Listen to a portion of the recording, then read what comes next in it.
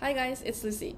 Today I wanted to talk about a new book that I read that I think is extremely underrated that I have never heard about. It's called A Frozen Woman, written by French author Annie Ernaux, and this is an English translation done by Linda Coverdale.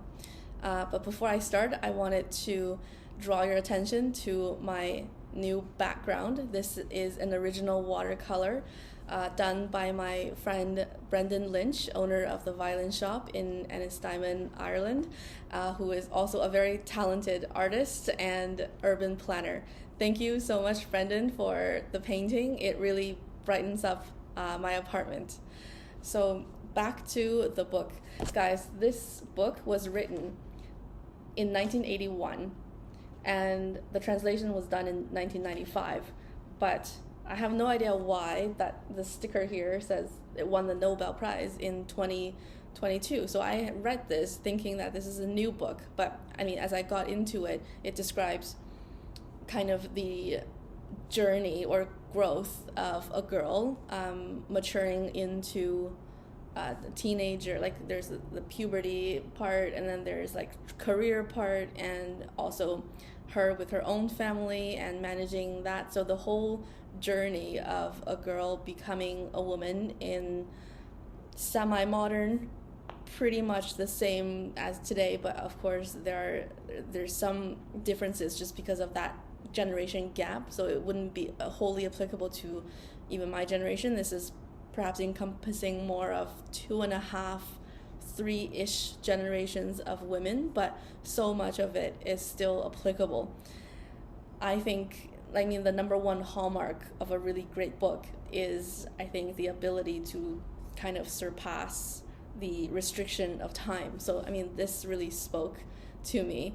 And it may be a French thing, but maybe not. But I feel like, so Simone Beauvoir's The Second Sex has been on my list for a while. And after reading this, I feel like I want to read that even more, even though I think it was barely mentioned in here. But I just feel that the topic matter really demands more thinking, more investigation.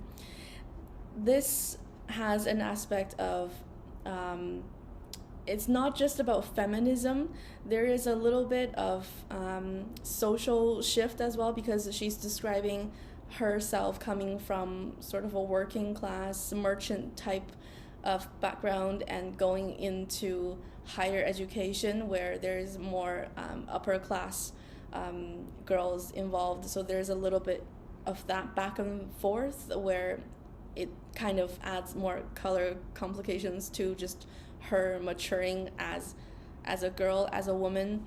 But I think that's totally applicable to basically most immigrant families as well. That's where I feel most immigrants start. They move to a new place, and there is sort of a downward shift in social class, and then the children that grow up there kind of have to deal with this duality of going through most likely like higher education in that setting as well.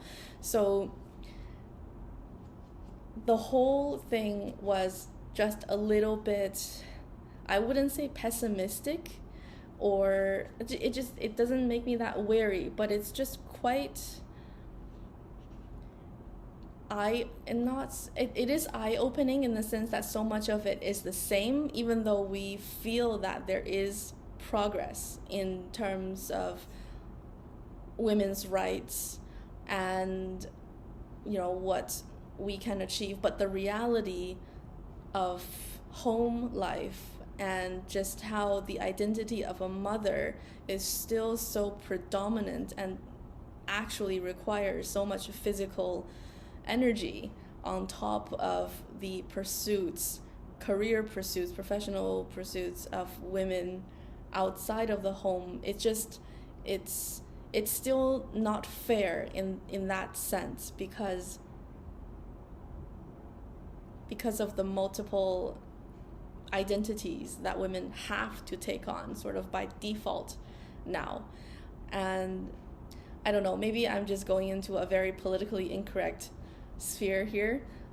If you have any opinions on what I'm saying, I would really like to know. Like, I don't think I've had this sort of discussion with any of my friends in person. It's sort of something that we just accept but not really question that much. But what was very interesting that stood out was the writing style. It's from the point of view of one girl. We're assuming it's it's an autobiographical sort of narrative, but it transcends any one person. And so it starts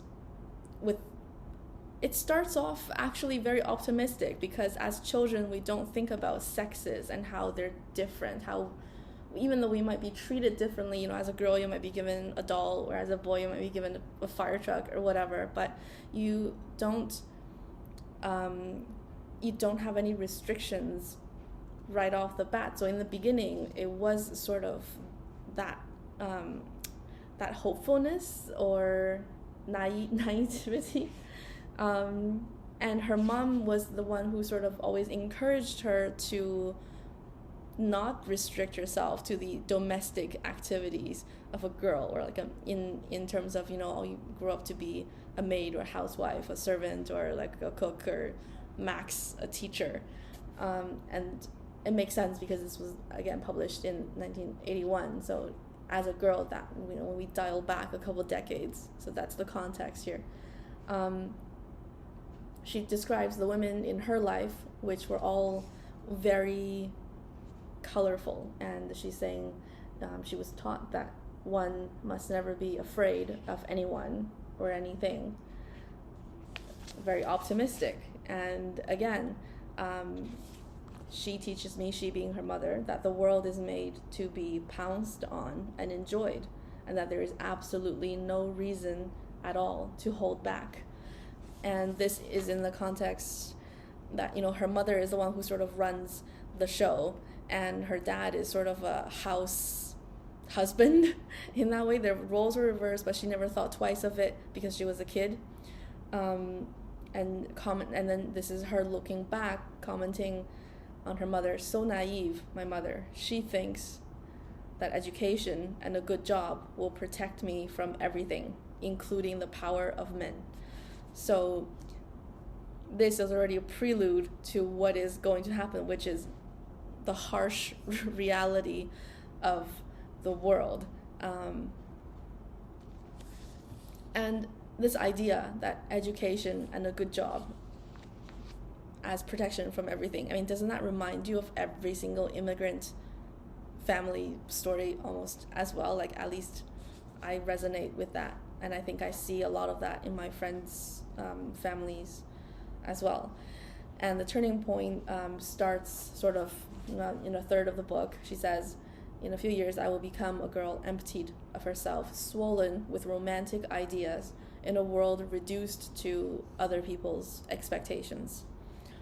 And of course it doesn't get easier, because she's reading all sorts of novels, and that's where all the romantic ideas are coming from, all the portrayals from media, including early films from that era. Everything that portrays women as the sort of the not extremely independent side of femininity, and it just gets more and more condensed from there, the narrative, because she's going through maturity, but in a relative sense. She is picking up on all sorts of cues from society, from her friends, from the people around her. So her identity starts to shift, not the one that her originally, what she saw that she was emulating from her mom and her family. It starts to become more and more jumbled, and you could tell from the narrative it changes. It's not exactly stream of consciousness, but it's just so dense and so fluid that you just sort of get sucked into her whole experience of just everything. How people say that when you grow up, the years starts to sort of clump together, you lose track of time, it seems to pass very fast. You feel that reading this book as as it goes, like from this a third of the point on, where she starts going into the lycée, the university, getting married, having kids, trying to finish her education designations to become a teacher, and dealing with being a mother, and all these thoughts of just trying to get by, to have the time and energy to push through, to not even say to reach her dreams, but just the bare minimum, in her opinion, of, you know, trying to be a teacher and a mother. You can feel that there's a disconnect of her and the baby, in a way that even though she loves the baby and she's there for the baby, but it is such a restriction for her. So I feel like there is a topic of postpartum depression in there somewhere, where your identity of a mother sort of overtakes everything, and it's not just a expectation or a mental thing, but actually like a physical demand, at least initially as well. And she describes, you know, like how her husband is reacting, which is probably not even the worst. I mean, it sounds like her husband still does some cleaning, changes some diapers, and he's like, you know, glorified for doing that. And it's just, it doesn't, what good does it, like, it doesn't really do much in comparison of how much she's had to sacrifice as a woman. All that to say that this is a very short book, and it can be a very fast read, but just the experience of women in modern society,